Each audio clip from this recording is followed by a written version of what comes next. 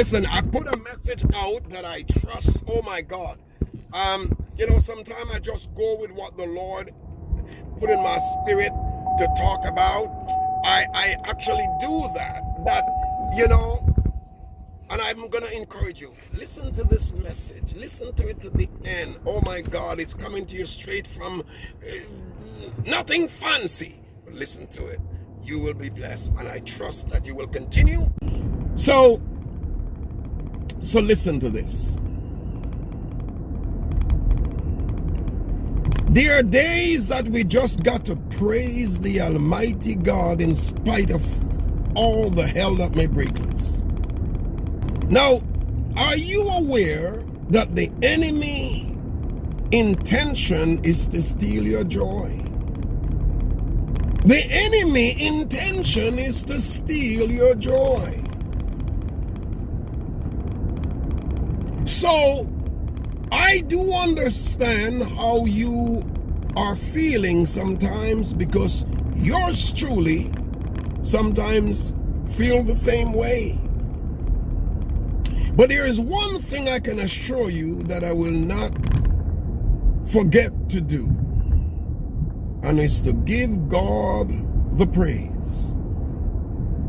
It's to give God the glory. Now let me set you up. Let me set you up so you could understand something. There are two things going on probably simultaneously. One of them is that the Lord is giving you his joy, and the enemy wants to give you his pain. I'm just saying it as it came to me. The Lord want to give you his joy. The Lord's desire for you to have his joy. The joy of the Lord. We talk about these things all the time. The joy of the Lord. But I want to remind you also that the enemy intention is to give you headaches, pain, sorrow, misery, and confusion. So, what I want to set you up with, the moment you are accepting the joy of the Lord, you have the enemy disappointed. The moment you are accepting the joy of the Lord, the enemy is now disappointed. Now here is something I'm going to come at you. The moment you accept the disappointment and the burden and the sorrow and the put down and all these things, the minute you accept it from the enemy, you're now allowing the Lord to be disappointed. What I'm trying to say to you is that the joy, your joy is in the Lord. Your pain, your sorrow, your misery, the enemy do not wish for you to be joyful unless you are already his. Let me make sure these words are clear. The enemy don't mind you are sorrowful. The enemy don't mind every minute. It's like a boxing. You're in a boxing ring, and the minute one person pounding you and go across to tag, or maybe I should say wrestling, go across to tag his partner, and you're about to get out the ring to get your partner tag, and fresh men come in and just pounding you again. That's how the enemy operates. So that's the enemy's plan, is to keep pounding you and pounding you and pounding you until you said, what's the use in getting up? I'm going to be knocked down anyhow. What's the use? You'd be amazed how many people got knocked down and stay down. Now, maybe the Lord has loaned me the ability to motivate somebody. So I'm going to bring in one of my great motivating speaker. His name is Mr. Les Brown. And Mr. Les Brown said, if you could look up, you can get up. I'm borrowing this from Mr. Les Brown. If you could look up, you can. If you could look up, you can get up. Now, even Mr. Les Brown, when he speak those words, he may not even speaking. As you know, well, first of all, most motivational speaker, literally, for them to make logical sense, they knew that they have to be grasping some material from the Bible. Irrelevant. Because you see, the Bible said, my strength is in the Lord. I can do all things through Christ who strengtheneth me. David said in his word, the Lord is my shepherd, I shall not want. David said he maketh me to lie down in green pastures. David said he leadeth me beside the still water. David said he restoreth my soul.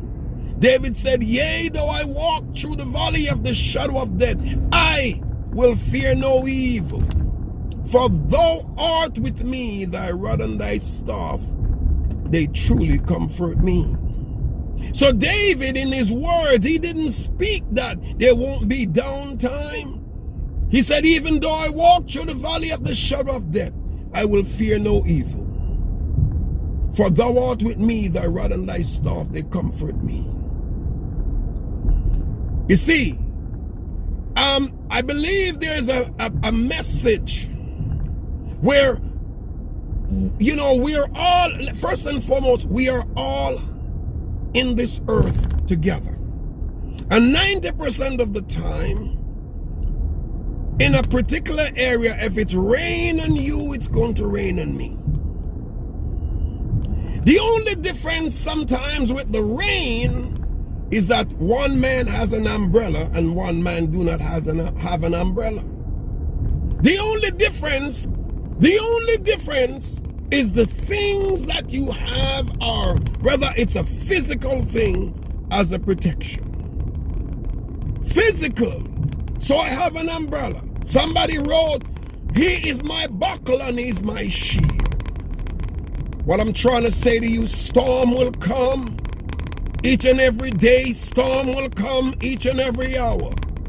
The only difference is whom I am anchored in the Lord.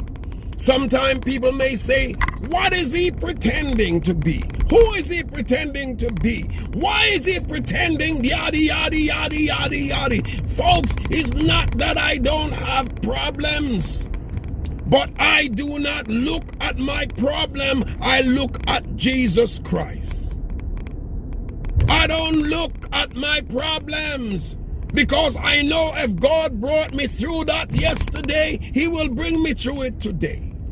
If I only trust him. The enemy comes, some through the water, some through the flood, some through the fire, but all through his blood. The difference with a lot of people is that the enemy can beat them in the morning, and the enemy call them at lunchtime and beat them again. And then the enemy call them at dinner time and beat them. My strength is in the Lord. So the real true difference is your faith and your trust and your confidence. Yea, though I walk through the valley of the shadow of death, I will fear no evil. My friends, you are not the only one in the world that the enemy beat. You're not the only one that the enemy don't like. The enemy do not like the people of God. Let me say this clearly. The enemy do not like the people of God. So somebody may say to me right off the bat, well, hold on now. If the enemy doesn't like the people of God, somebody may say, well, wait a minute, but I'm having trouble. And I'm not. And I do not protest to be the people of God. Well, I want to set this up for you. I want to set this up that I'm going to use the terms bullying. You know, the way that the bullying work, if you have some big folks around you, bully doesn't necessarily pick on you. They wait until you are alone, then they pick on you. Well, here is the truth. What is this boy trying to say?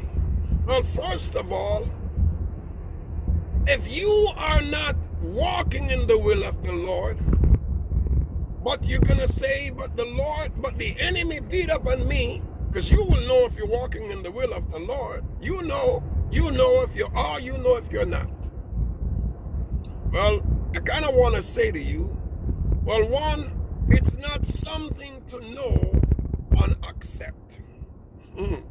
It's not something to know you're not walking in the will of the Lord and accept it. It is something that you should know, I'm not walking in the will of the Lord and I need to do something about it. Because here's the point I'm trying to make. I can give you all the remedies in the world. I could give you all the motivation in the world. I could give you all the philosophies. I could give you all the stories. But you know, not one of them will have any substance if I wasn't thinking about the mercies and the grace of the Almighty God. If I weren't speaking about the things about God, then I would be lying to you, because I really do not know how to do anything without trusting God. I don't know. It's an early morning. The day is lighting, but I'm coming from my altar. I'm coming from the altar. Things don't go good, and I wonder, how did it happen? I trust in the Lord. I trust in God. I trust in God. I trust in God. I believe that my children sometimes think, is Daddy okay? Because he seems to not let certain things bother him, or they would see me sometimes just go to my altar and everything was okay, but I just went to my altar and dropped to my knees at home and pray. Or sometimes I'll be driving certain places and I said, son, I gotta stop for a little bit. They said, Daddy, you going to your altar again? That's my confidence. My confidence is that I don't have any other ideas.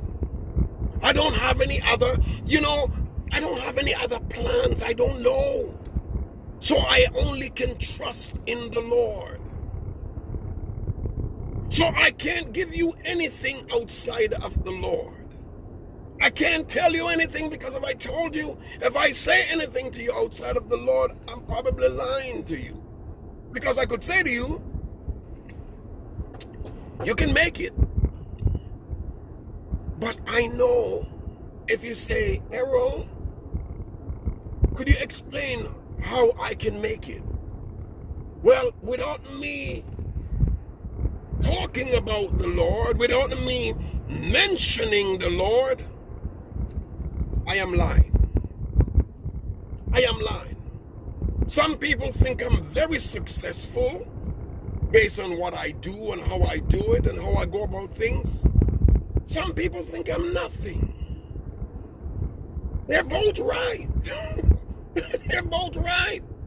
To those who think I'm nothing, let it be so to them. And to those who think I'm successful, God bless you. But you see, I trust the Lord.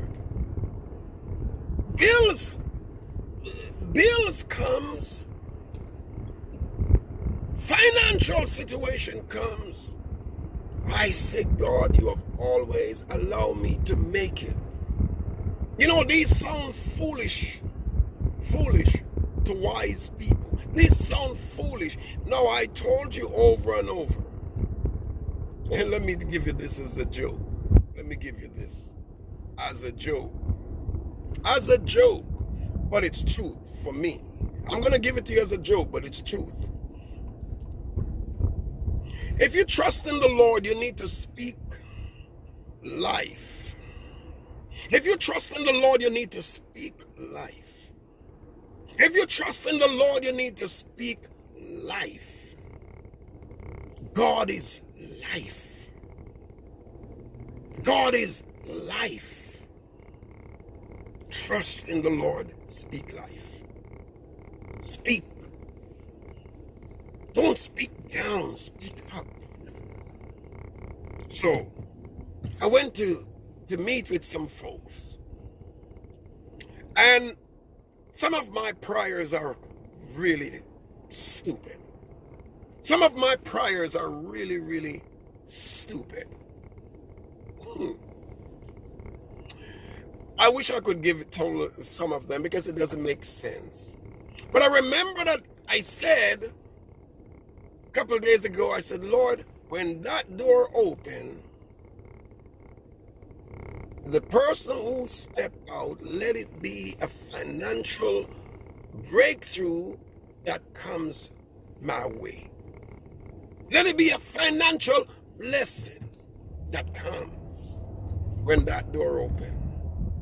And you know, this was just a silly statement.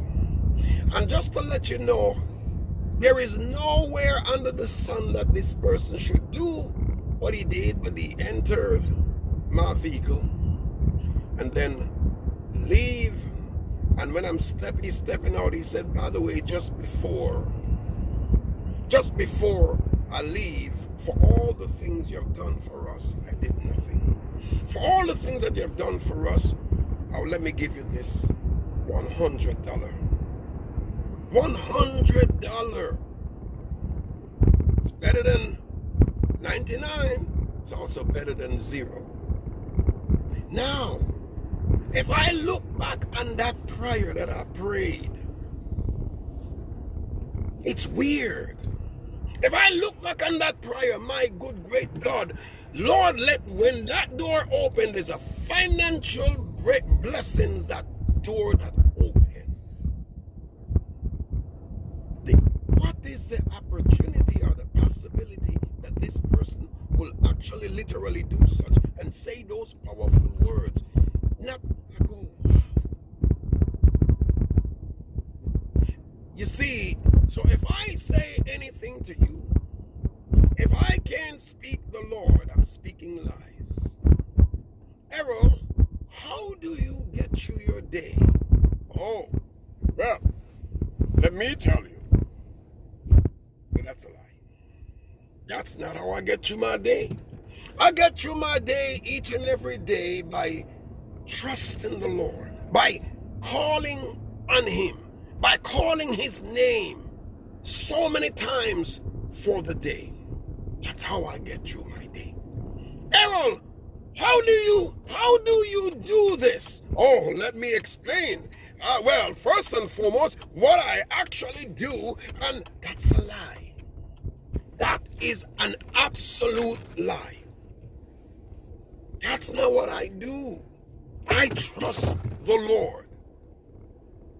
Errol, how do you get to those people? Oh, you know, well, first of all, that's a lie. That is a lie. How I got to those people is that I asked God to give me favor among men. Errol, how do you meet the kind of people that you're meeting and rub shoulder with? Well, you know, what I actually literally, that's a lie. That is a lie. That's not what I do. I trust God and ask God, God, open that door for me. Give me favor in the presence of these people. People said, oh, Errol, oh my God, you know, you just seem to go through life as if everything is all peachy. How do you do that? Well, you know, let me explain. That's a lie. Because I would go to the altar and I say, God, you see and you know. God, you see how they, at times, God, they just come at me with every problem, God. You know. You may say, you know, Errol, we just noticed, man, that, you know, you just look good and are, well, some of you may say that. You just look good and look happy all the time. How do you do that? Well, you know, I go to, that's a lie. That is an extremely lie. That's not what I do. I said, God, heal this body. Heal this mind. My God, heal. Guide my steps.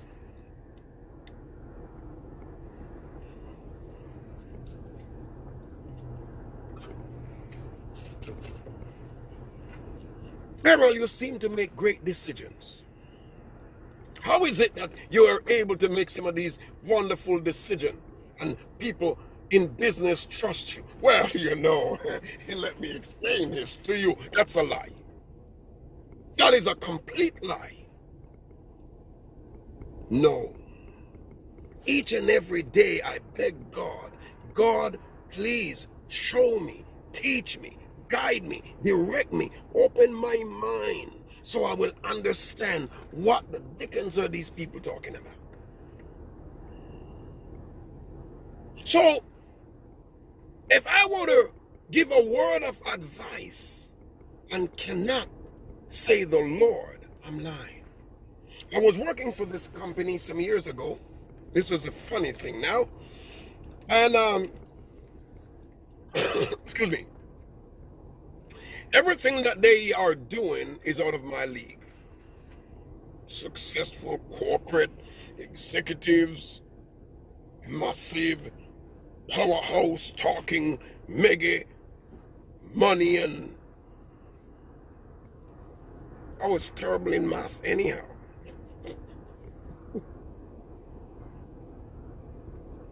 I said, God, teach me to understand what these people are speaking. And teach me to understand how to communicate. You know, I had the privilege to do a couple of seminars for them. These are successful men and women. Successful. Extremely successful. And I have the privilege of being asked to do some seminars for them. You know, 90% of the time what I say to them, this is what the Bible says. This is what the Bible said. I did not know anything else to talk about.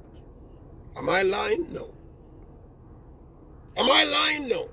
One thing I must bring to your attention. Anyone you affiliate with,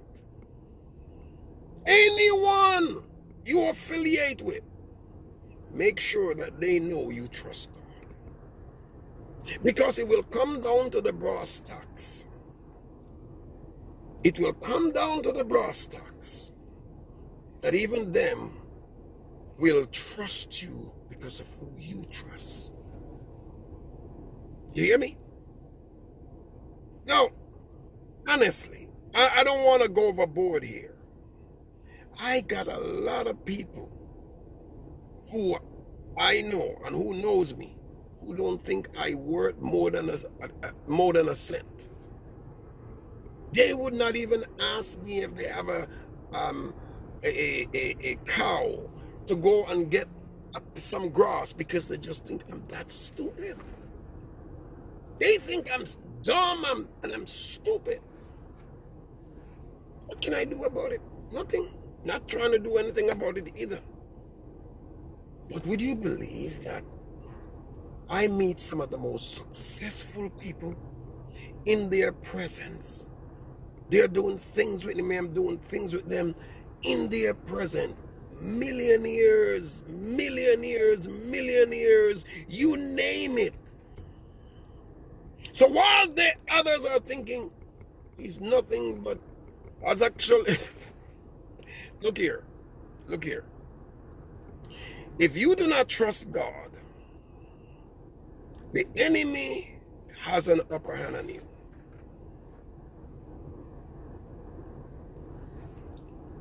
If you do not trust God, the enemy truly has an upper hand on you. But any moment you trust God, the enemy, second class. The enemy, second class. You know, I can't tell you how many times I go to pray. I cannot tell you how many times I go to pray.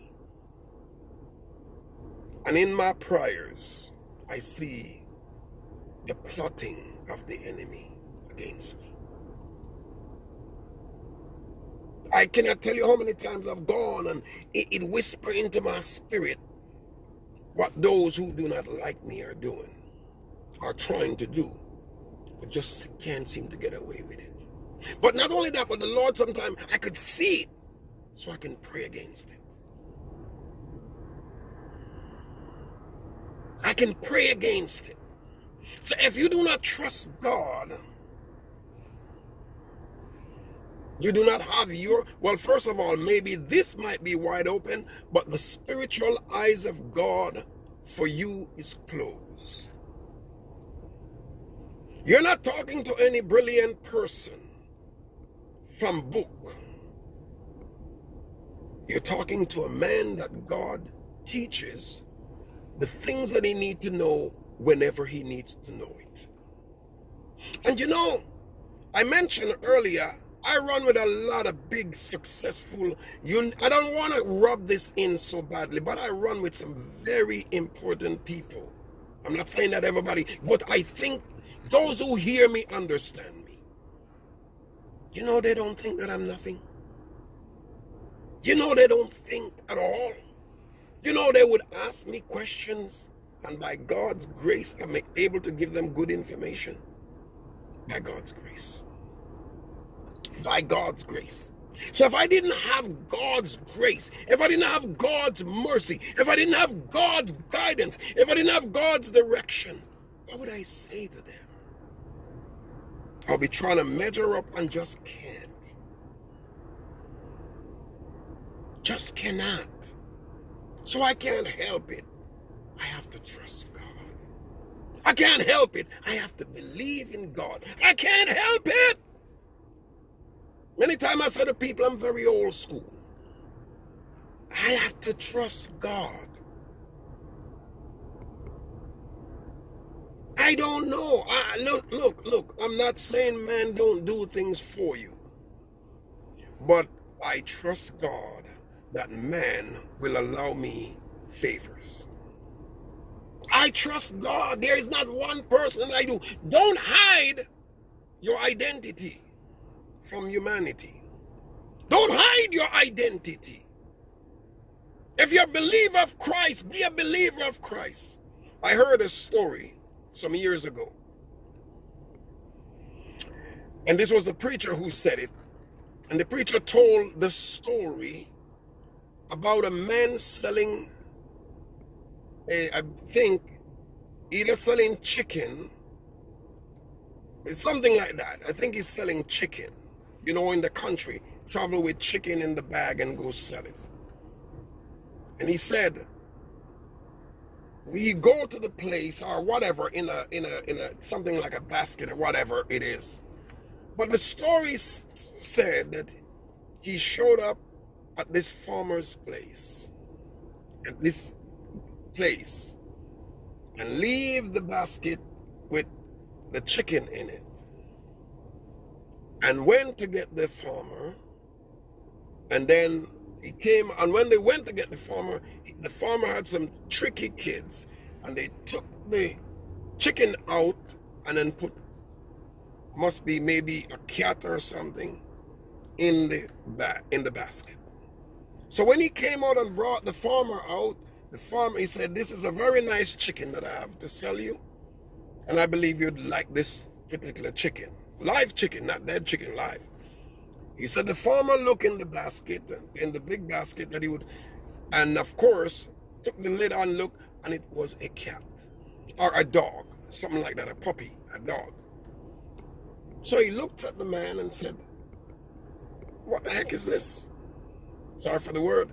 What is this? You told me you got me a chicken to sell me, and you're showing me a puppy. Farmer went back. The man is confused, walked back with the farmer and completely confused. The kids and rushed back.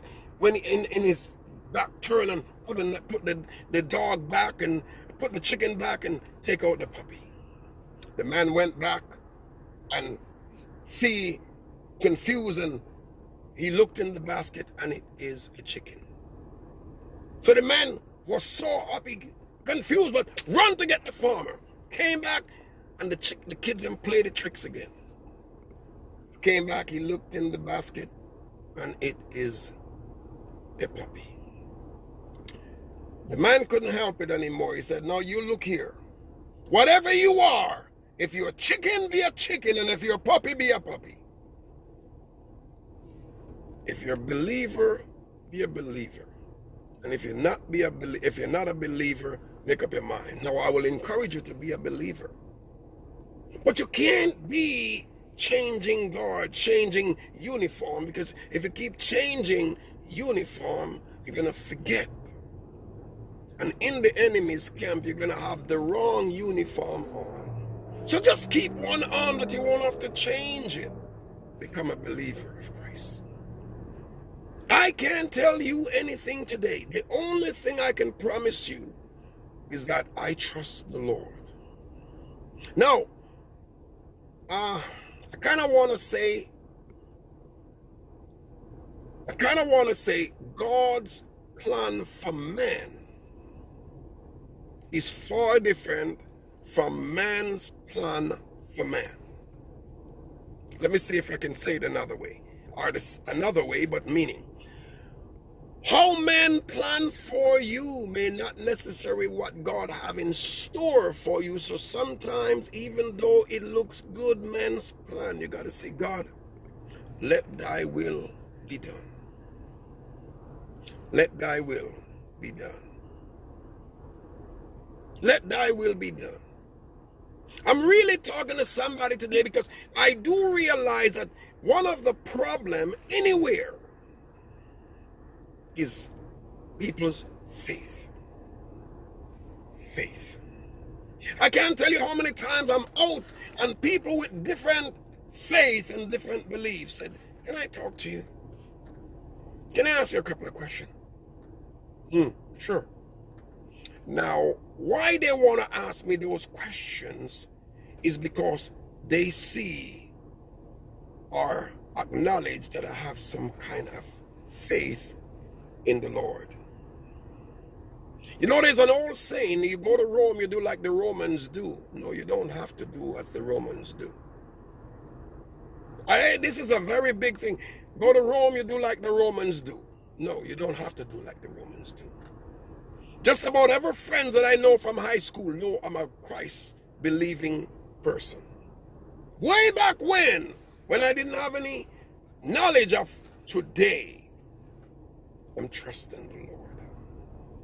Perfect? No, but I'm trusting the Lord. All my friends, high school, can confess that Trench was always this church boy. As a matter of fact, when I was small, back in the Caribbean, you heard me talk a lot about that. We did not necessarily Sunday morning get up and go into church like a lot of people, but we had church around us. We understood because the family, you know, back in the island, grandma, doesn't matter what you do Monday, Tuesday, Wednesday, Thursday, Friday, Saturday, but Sunday, you can't make any noise in the yard. And gospel music are playing up on the hills of Hanover. Beautiful gospel music. And you could hear the church bell ring, and we couldn't do anything too crazy because it's Sunday. But you know, as a youth, I would gather everybody together, cousin, everybody. I would have church, and I was the preacher. I was the preacher back as in my little people growing up. I was the preacher. I remember some years later, many years later, I came to Canada. And my safe haven was going to church. My safe haven as a young man, going to church. So I was known as the church boy, going to church. Thank God I was a musician. So I found favor going to church. Thank God. It wasn't mama was a preacher. It wasn't mama was a preacher and daddy was a teacher. No. Going to church. As a matter of fact, my mother will tell you, my mother and I in the same household, and I would go to church, my mother would send me to church, and I would come home and tell my mother word for word what the preacher said. That's how my mother started going to church. A little lad come home from church and tell her what the preacher said. My mother today is, wow, powerhouse in the Lord. But I'm just giving you a general idea. But what I'm trying to say, the point I'm trying to get at is that, you know, these are not weird stories, but strange stories. Very strange. I remember that I would go to church and I would play music by myself, sit in the piano playing forever, sit in the drums. I was a drummer playing forever. I would do everything in church as a young lad. Thank goodness, because I didn't know anything else. You know what I mean? So I remember that I would go to church and I would play music. I would do everything that the church would do. I'm the only one there. Well, maybe I shouldn't say that yet. But I would do all the things, have praise and worship, have things, have whatever, then pick up the offering and doing all these things. But what I would do, I would also sometimes record these things. I would record my playing drums, you know, because as a drummer I was practicing all the time and recording. So for some reason, one day I used to then started to make tapes, and then a friend of mine got one of my tape back then, just a tape, because by now I started to do, you know, record some of the church service. Boy, did I really grow up in that church. And he got one of the tape that was not the church service. It was one of my practice. Now, I didn't know that. It was one of my... So he said to me, Errol, that was a very nice sermon that you preach. Very nice sermon. So one of my eyes started going like this. Like, what is he talking about? He said, Errol, but you're telling me that you pick up offering, you did all of this, you did all the music, and then preach, and throughout the whole service, not one person say amen. Then I finally got it. He got one of the tape that I did while I was at the church by myself. I would have a full service by myself. Yep, by myself. People ask me, how did you get involved as a, not singing in your, well, first of all, I was always singing in high school and singing, you know, a lot. I was always singing. For those of you, you know, did very well in music, won Junior Achievement Award in Canada. Great recognition. Great, unbelievable recognition. We talk a lot about that when, you know, all of a sudden the calls are coming in to be in, you know, all kinds. But I recall I really truly recall that by now I'm singing within my church, the church that I belongs to as a young man, singing in the church. And when other church has a concert or a crusade, my church got invitation. But at the time, it didn't seem like they had much interest in going and supporting. I hate to put it that way, but it seemed like they didn't have much interest in going to support others. I'm sorry to say. So I would go. I would just go. And then they would ask, who is here on behalf of this particular church? And I would get up and sing and represent my church. Uninvited and whatever, just to take, as I would say, shame out of my own small body congregation, because I would go to represent my church, uninvited. Then after that, they stopped inviting the church at that time and start inviting me, because the Lord now started to do things with my ministry in singing. Look here. Sorry for rumbling on, folks. Trust God. Believe in God. Don't matter what men may say, trust the Lord. There are people who do not desire you to be anybody in life. Trust the Lord. There are people who want all the good for you. Trust the Lord. There are people who will give you things on a silver platter. Trust the Lord. There are people who will thief off. Oh God, this is Jamaican talk. There are people who will thief off everything that somebody have given to you. Trust the Lord. Trust the Lord. Trust the Lord. Trust the Lord. Minister Errol Trench Altar Ministry is circumstances changer. Your circumstances can be changed. Listen, I am sorry if I say something that was out of order or something that was not in order. Look here, God gives me the opportunity to speak to people and encourage heart, encourage mind, and encourage. Be blessed. Trust the Lord. No matter how anybody puts you down, God will lift you up. Doesn't matter what men say about you, God has said great things about you. Don't worry about what they're saying. Worry about what heaven is saying about you. Oh, don't make garbage. Don't worry about what them saying. They set trap for you to fall into holes. Pray that God will give you the idea where the trap holes are. Do you understand why you must trust God? Because there are those who go out and they set trap because they want to see you down. But if you trust God and believe in God, God will show you where all the traps are, so you can avoid it.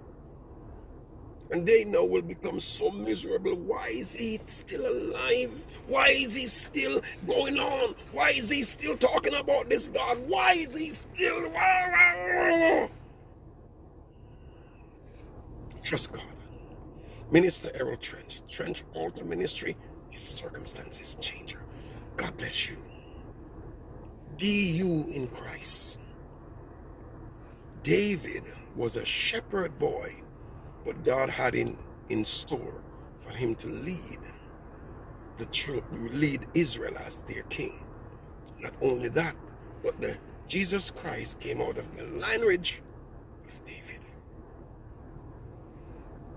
Jesse didn't see his son as a king. His brothers didn't see him as a king. They saw him stinky shepherd boy. God saw him as a king, one who is able to lead Israel, and one who is able to let the lineage of Jesus. God bless you. Minister Errol Trench, Trench Altar Ministry is circumstances changer. Your circumstances can be changed. Speak with you. I hope you have been blessed. I hope God shared something with you from this message. Enjoy. God bless you.